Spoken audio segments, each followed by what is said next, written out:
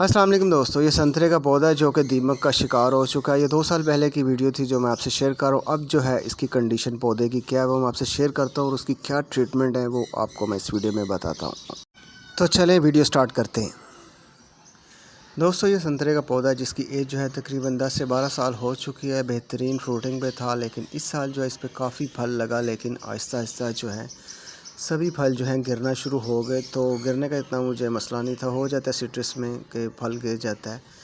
तो उसके बाद जो है पौधा इस तरह ड्राई होना शुरू हो गया, तो फिर मैं अलर्ट हुआ और ये जो इस तरह थे फल, इस साइज़ से पहले आके काफ़ी ज़्यादा जो है फल गिर गए, कोई 30 से 35 दाने थे। और अगर आपके फल गिरने हों पौधे के तो आप उसे दबा के चेक करें, वो नरम होंगे तो समझ लें कि सारे फल जो हैं ड्रॉप हो जाएंगे। अगर वो हार्ड हैं, जैसे सख्त हैं, तो फिर जो है वो फल पौधे पे टिकेंगे। इसकी भी एक निशानी होती है जो मैंने आपको बता दी है। आप इस तरीके से चेक कर सकते हैं कि फल रहेंगे पौधे पे कि नहीं रहेंगे।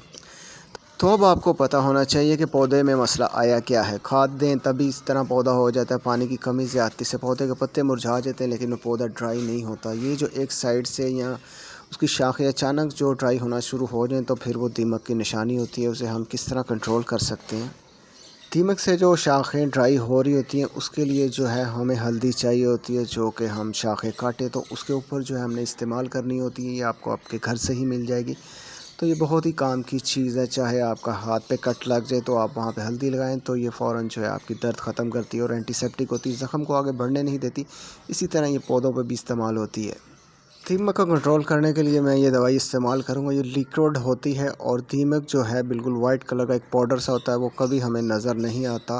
अगर हम सॉइल निकालें या पौधे को हटाएं, उसके नीचे जो है हमें वो पाउडर सा नज़र आएगा, तभी जाके पता चलता है कि पौधे को दीमक लग गई होती है। ये सबसे जो ख़तरनाक बीमारी है दीमक, कि वो बिल्कुल जो है आपके पौधे को डेड कर देती है दिनों में ही। तो आपको कंट्रोल करने के लिए ये मेडिसिन इस्तेमाल करनी पड़ेगी। बेहतरीन है, मैं इसे कोई 10 से 12 साल से इस्तेमाल कर रहा हूँ और अच्छा रिज़ल्ट। सबसे पहले आपने करना क्या है कि जो शाख फुल ड्राई हो चुकी है आपने फ़ौरन जो है उसे कट कर देना, और काटना आपने तिरछा है। ये भी एक टेक्निक है कि आप जब तिरछा काटते हैं तो वो जो शाख है मज़ीद ड्राई नहीं होती, क्योंकि जो भी इस शाख के ऊपर फल है वो तो ड्रॉप हो ही जाएगा और पौधा जो है हमने बचाना है, फल को नहीं देखना। जो भी शाखें ड्राई हो चुकी होती हैं उस पर जितना मर्ज़ी फल लगा वो 1 से 2 या 4 दिन बाद जो है सभी जो है गिरना शुरू हो जाते हैं। तो आपने ट्रीटमेंट करने के लिए जो ये नहीं देखना कि आपका पौधा छोटा हो रहा है, ये पहले ही बहुत छोटा है, आपने पौधे को बचाना है और वही शाख जो है आपने फुल कट कर देनी है। पौधे को मैं आपके करीब करके दिखा देता हूँ कि दीमक की क्या निशानी होती है। पौधा जो आपका अचानक इस तरह जो है ड्राई होना शुरू हो जाएगा। ये देख लें सभी शाखें जो हैं ड्राई हो गई और ये अचानक हुई है एकदम से, कि 1 वीक पहले मैंने देखा बिल्कुल सही था, फल भी सही जा रहा था, लेकिन ये अचानक जो है इस तरह पौधा जो है काफ़ी ज़्यादा जो है ड्राई हो गया है। सही है, तो ये दीमक की निशानी है। इस पे जो है और कोई आपने टोटका नहीं करना। ये जो है दीमक की निशानी है जो मैं आपको दिखा रहा हूँ। इस तरह पौधा हो जाए तो आपने फ़ौरन यही ट्रीटमेंट करना जो मैं आपको बता रहा हूँ। उससे जो है आपका पौधा रिकवर होगा और अगले साल आपको फल भी देगा इंशाल्लाह। दोस्तों, जहाँ से हमने शाख काटी है और वो आगे जो है ड्राई ना हो उसके लिए क्या करना होता है ये मैं आपको बता रहा हूँ। आपने थोड़ा सा पानी लगाना है जहाँ पे हमने शाख को काटा होता है। ये देख लें शाख थोड़ी सी मैंने तिरछी काटी है कि दोबारा जो है ये ड्राई ना हो। उसके ऊपर जो है पानी लगाने के बाद हमने हल्दी लगा देनी अच्छी तरह। हल्दी जो है एंटीसेप्टिक का काम करती है। ये मज़ीद जो है पौधे को ड्राई होने से भी रोकती है, बहुत काम की चीज़ है। तो आपने इसी तरह जो है हल्दी जो है अच्छी तरह इस पे लगा देनी है और जो साइडें हैं इसकी जो शाख की बाउंड्रीज़ है वहाँ भी जो है आपने हल्दी लगा देनी है अच्छी तरह, और कोई 10 से 15 मिनट के लिए उसे छोड़ देना है।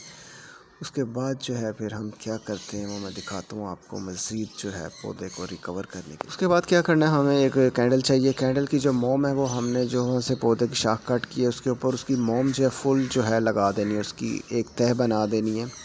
इससे होगा क्या कि पौधा जो है मज़ीद ड्राई नहीं होगा और ये पौधे के एक किस्म के ज़ख़म के ऊपर हम पट्टी कर रहे हैं, भरम लगा रहे हैं, पायोडीन वाला काम कर रहे हैं। पायोडीन जो है वो भी हल्दी की बनती है और ये बड़ी ज़बरदस्त चीज़ है। आपके हाथ पे भी कट लगता है तो यूज़ कर सकते हैं। अगर पौधों को आप कोई भी शाख काटते हैं तो उसके ऊपर आप इस तरह लगाएं तो पौधा जो है रिकवर होता है। दोस्तों, अगर आपके हाथ पे कट लग जाता है तो आपने सिर्फ हल्दी लगानी है, उसके ऊपर मोम नहीं लगानी। मैं पौधों के बारे में बता रहा हूँ कि पौधों का जो ट्रीटमेंट है उस पर हल्दी लगाते हैं, उसके बाद जो है उसके ऊपर मोम लगा देते हैं।